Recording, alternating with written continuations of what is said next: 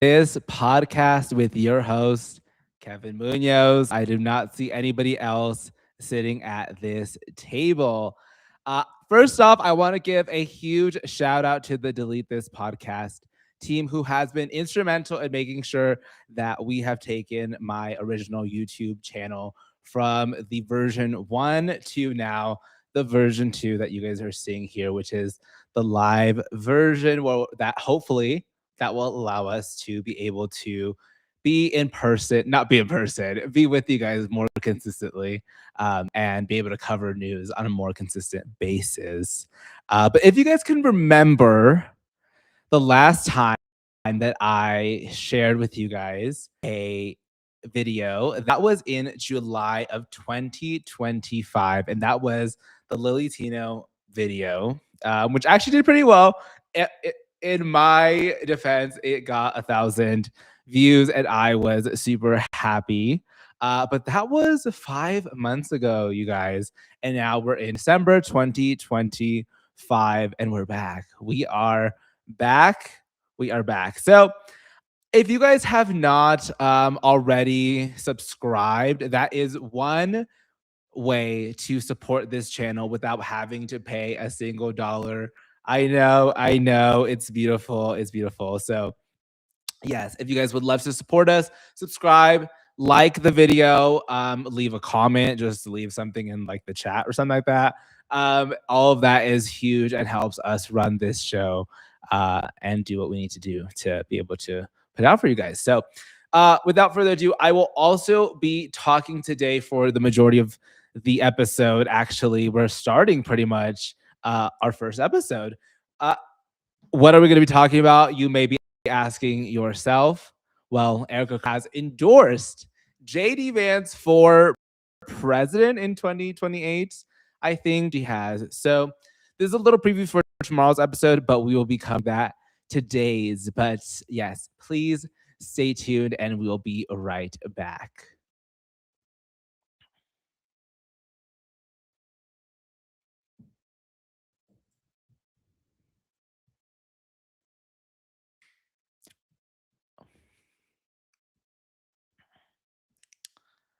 All right, just start off, I want to talk to you guys a little bit about how this podcast to be. So, as I shared with you guys, we obviously our little hiatus, but before that, I had been chugging away at YouTube for over 1 year, and I was like, okay, it's time to start doing something different. And so, what I did was I did a different format. Okay, I was like, we got to switch it up, girl. We can't be doing the same thing different day. So, what that basically means is that I will be doing a live broadcast. So after this broadcast is done, we will then have it available on Spotify. We'll have it available, obviously, on YouTube. The Spotify will make sure to have that video format up. And then we're also going to get it on other platforms like Amazon Music and Apple Music, I believe. So in terms of the proposed schedule, I've already talked about that. So we're looking at just doing it basically whenever we can do it. And if you guys do happen to catch it on any of those platforms, you are going to see this photo, this cover photo here, which will help guide you to the podcast. Okay. All right. So I want to shift gears and talk a little bit about how this podcast got its name. Why is it called Delete This? It comes from a very funny anecdote or collection of anecdotes, which is really just my career, my time being on social media, making content. I have always, even when I was doing Instagram, YouTube, TikTok, I always did pop culture, history, news, everything like that. So of course I shared my opinion, and of course people did not love that, as you can imagine. So I want to show you guys this graphic where we actually pulled up all of our comments, or all the collected comments during this time. And basically, these are the kinds of comments that I received for my YouTube, not from my YouTube, for my TikTok. And the central comment here is, "This is embarrassing. Delete this." Noted. It will not be deleted and it will not age well, but that is okay because we will go ahead and we will keep that up. But another comment that I do want to highlight that is part of this grouping here is I smell jealousy. Funny story about this comment. This comment is actually based off of a TikTok video that I made off of Benito Skinner. At the time of making this TikTok video, I did not know that Benito Skinner was practically TikTok royalty and that you could not say a single word about him. And so I met my match. If you guys do not know who Benito Skinner is, he is the actor who, well, he's a TikToker turned actor, and he was on the show called Overcompensating.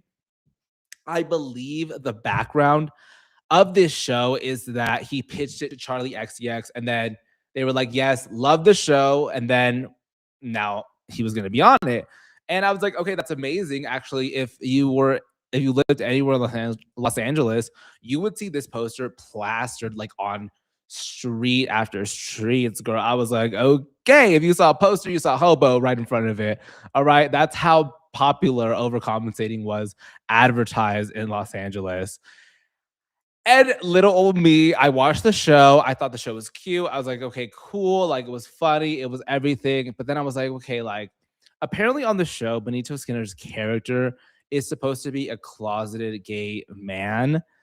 But for me, I was surprised to see that Benito Skinner was practically in like a full face of makeup.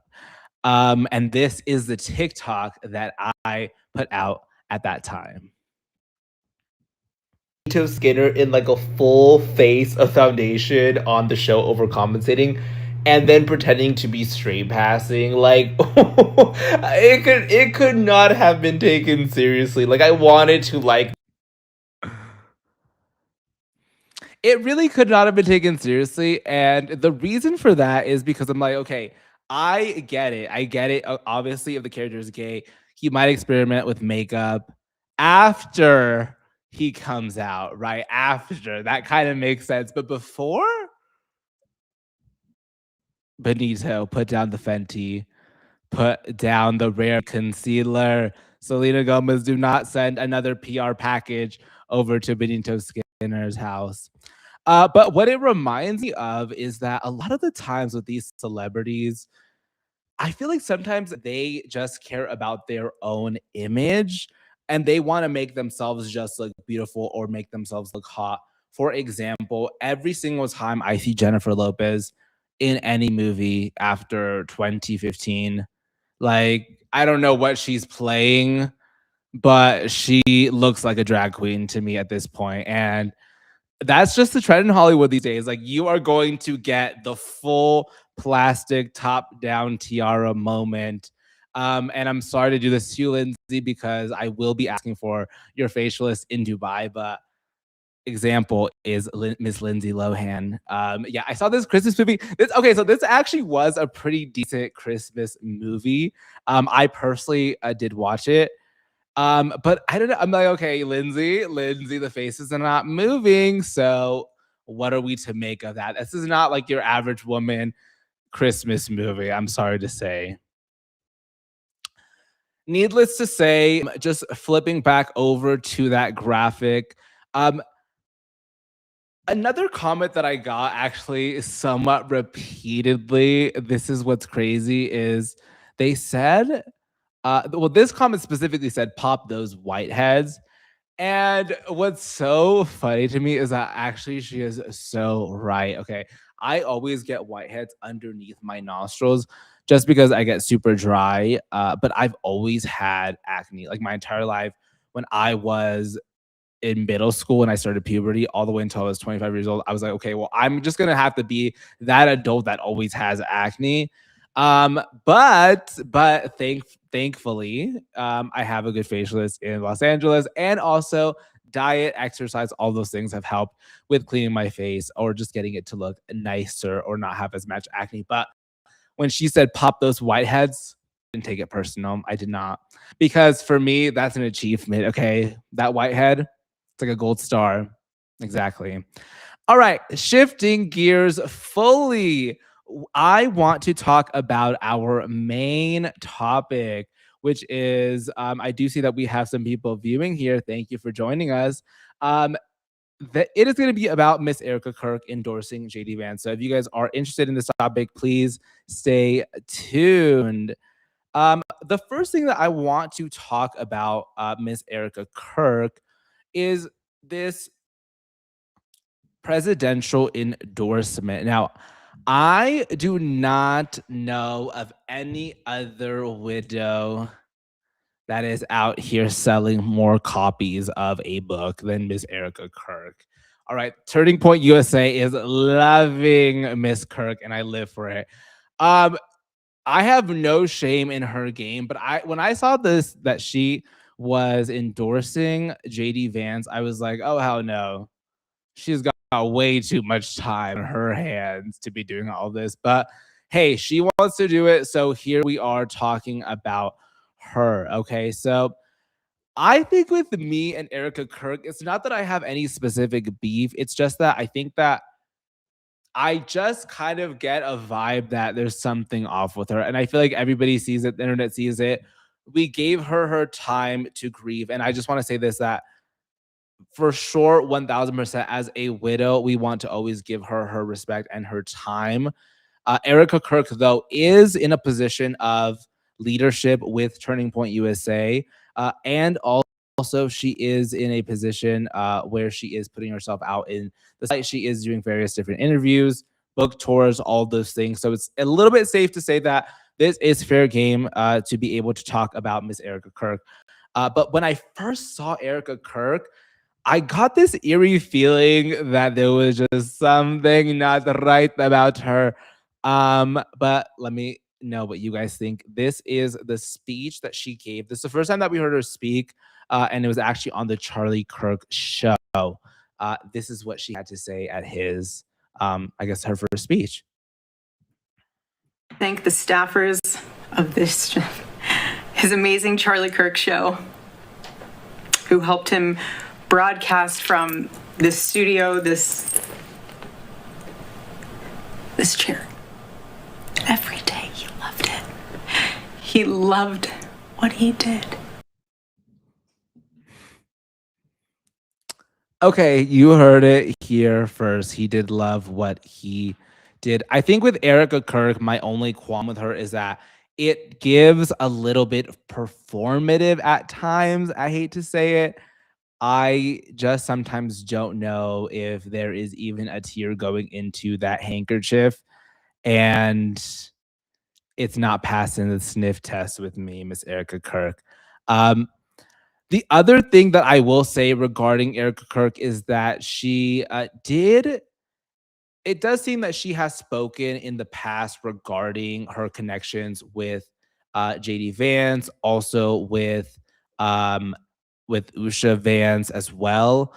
It seemed I want to play with you guys this clip actually of Erika Kirk discussing advice that Usha Vance gave her after this assassination when we're going The next day on the tarmac, let's see if we have that in Air Force Two, I confronted Usha Vance, precious woman. I held her hand and I told her, honestly, I do not know how I am going to get through this. She told me something. She said, you know when you're on an airplane with your kids and it's the last 15 minutes of the flight and things are crazy, kids are not cooperating, toys are flying everywhere and everyone's screaming, and you think to yourself, I cannot wait for this flight to land. And it's 15 minutes before you land. And she told me, you will get through these 15 minutes and the next 15 minutes after that. Usha, I don't think you realized it then, but those words were exactly what I needed. Okay. All right, so you guys heard it there for yourselves. That is the advice that Usha Vance gave to Miss Erika Kirk.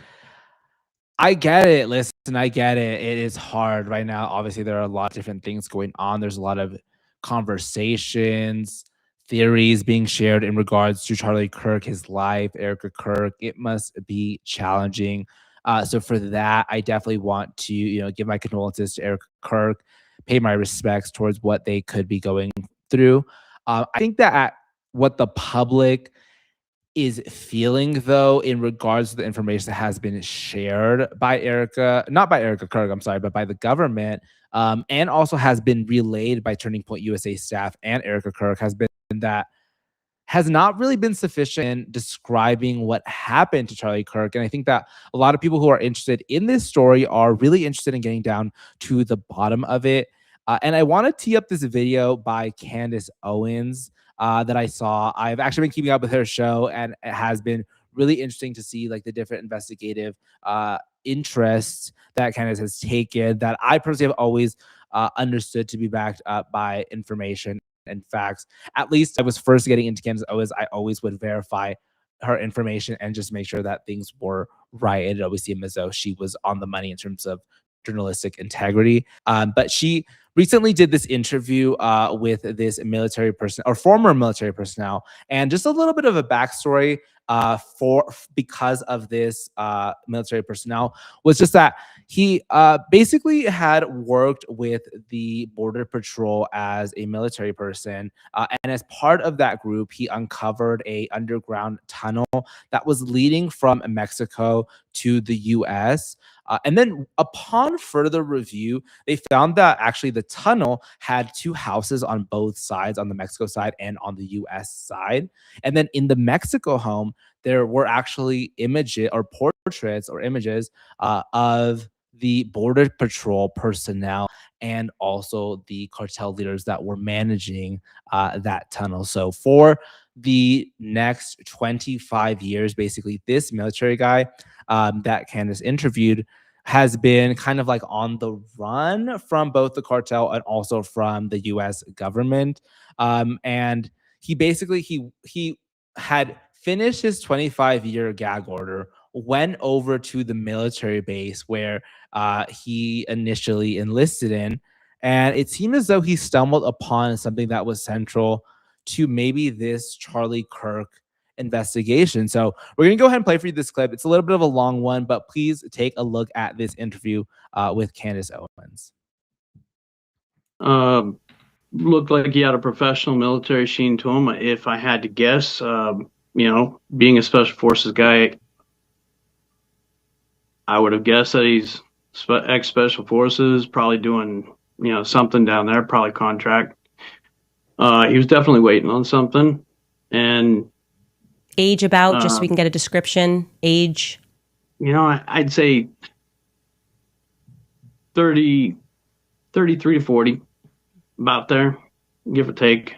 I wasn't there to check out people or check ID cards. I just happen to know him. And veterans, especially SF guys, when you notice somebody like that, I almost had the impression, so much so that I was going to go up and ask him what group he was with and say hi and thank him for his service.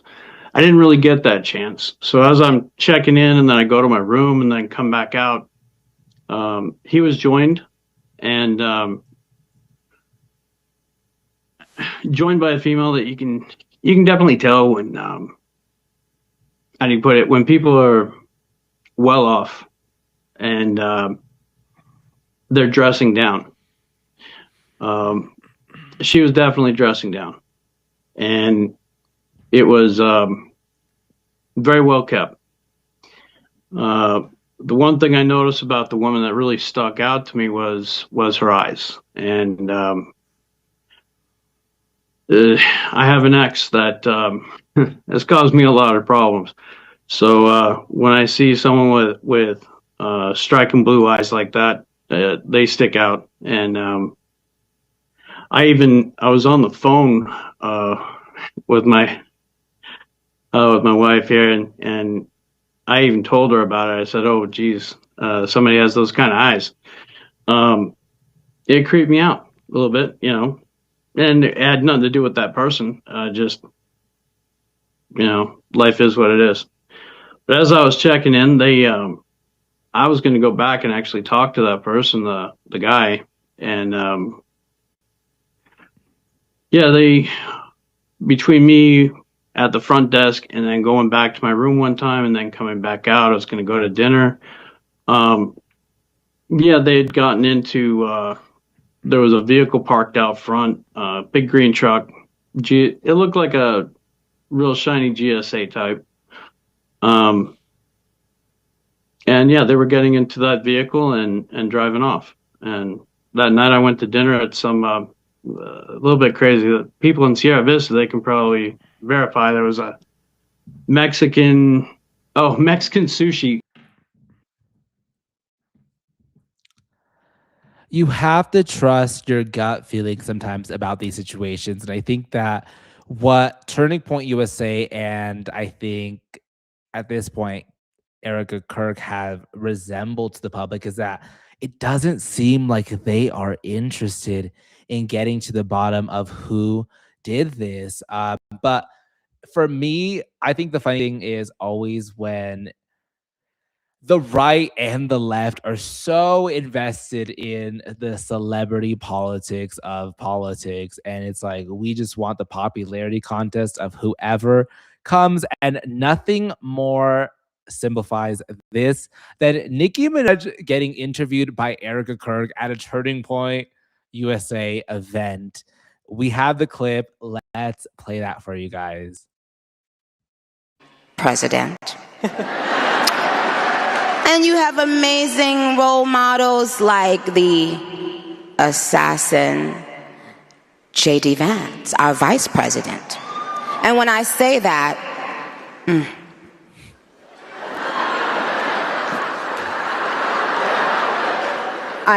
Trust me, there's nothing new under the sun that I have not heard, so you're fine.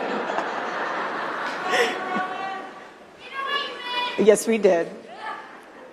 I love you. I love you. You have to laugh about it, truly. I have been called every single thing, and you know what? God is so good, you let it roll right off your back. And this is what's so beautiful about this moment, because if the internet wants to clip it, who cares? I love this woman. She's an amazing woman. She has a soul and a heart for the Lord, and words are words, but I know her heart, and it doesn't even matter. And you say what you want to say because I know your heart. I will not judge that. Sister. Thank you. For boys,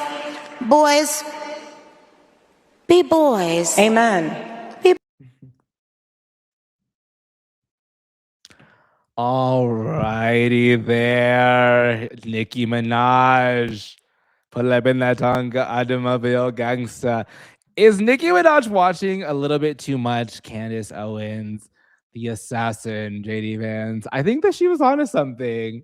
I think that she's onto something, but Nicki, don't get ahead of our research because we're going to cover it here on Delete This podcast. Anyways, Nicki. I want to know from the public, Erika Kirk or Nicki Minaj. Do we have that photo pulled up? Let me know, because I personally did not have any qualms with the leather pants. I feel like people had very strong opinions about it. I was like, you know what? Let a girl live. I thought it was cute. It was simple. T-shirt tucked in. Nicki Minaj, she looked a hot mess. This is a no-go for me. But Erika Kirk, it was kind of good. But I don't know, Nicki, maybe with like a little t-shirt or something that could be cute nowadays. But I did like her outfit for the Turning Point USA event. So that is one thing. Also, I feel like people were giving Nicki a hard time. My thing about Nicki Minaj was just that, like, she now has her children. She's like, oh, boys, boys. I think she's just basically saying, like, hey, let's just have kids, just love being who they are. There's nothing wrong with that. I don't even think Nicki's even that. I don't know. I just also think that the world of celebrity culture, or like worrying about what celebrities voted for, who they voted for, is like just long dead. And if it's not long dead, we should murder it right now. Because why do we care if Beyonce voted for Barack Obama? I don't know why that matters to anybody. If we happen to have this clip, I don't know if we pulled it, but I just saw this funny like meme or clip that I shared with my team. Basically, it was Erika Kirk tossing t-shirts at Turning Point USA event. Girl, listen, the thing about this is just that people just feel like she's doing just way too much. And it's like, wait, your husband just passed away. It's not giving that. I just know for myself that if my spouse passed away, like you probably would not be seeing me anytime soon. And I don't know. Everybody has their own way of dealing with their losses. So I'm not here to judge Erika, but all in light fun. But we will be looking more into the Erika Kirk story slash JD Vance nomination in the upcoming episodes. But we also have other episodes planned for you guys. So it's honestly just like we have our stuff planned, but there's stuff that comes around the corner and we just are going to want to talk about it. So please don't hold us too much to one specific thing. But we promise we will take you guys on a journey to hopefully learn together and talk together about the news. But yeah, if you guys have, by the way, any tips for us, please share that with us. We do have a tips email. It is therealkevinm .info@gmail.com. So please do share that with us. If you guys have any also ideas of, so we're not shying away from any topic. But yeah, I want to thank you guys so much for all of you who stuck around to the end of the show. Thank you guys so much for joining us on our premiere episode. We will be back with you guys very, very consistently. We will be with you guys for the holiday season as well. Your other YouTubers are not doing that, but we are going to be doing it. So thank you guys so much, and we will be talking soon. Bye, guys.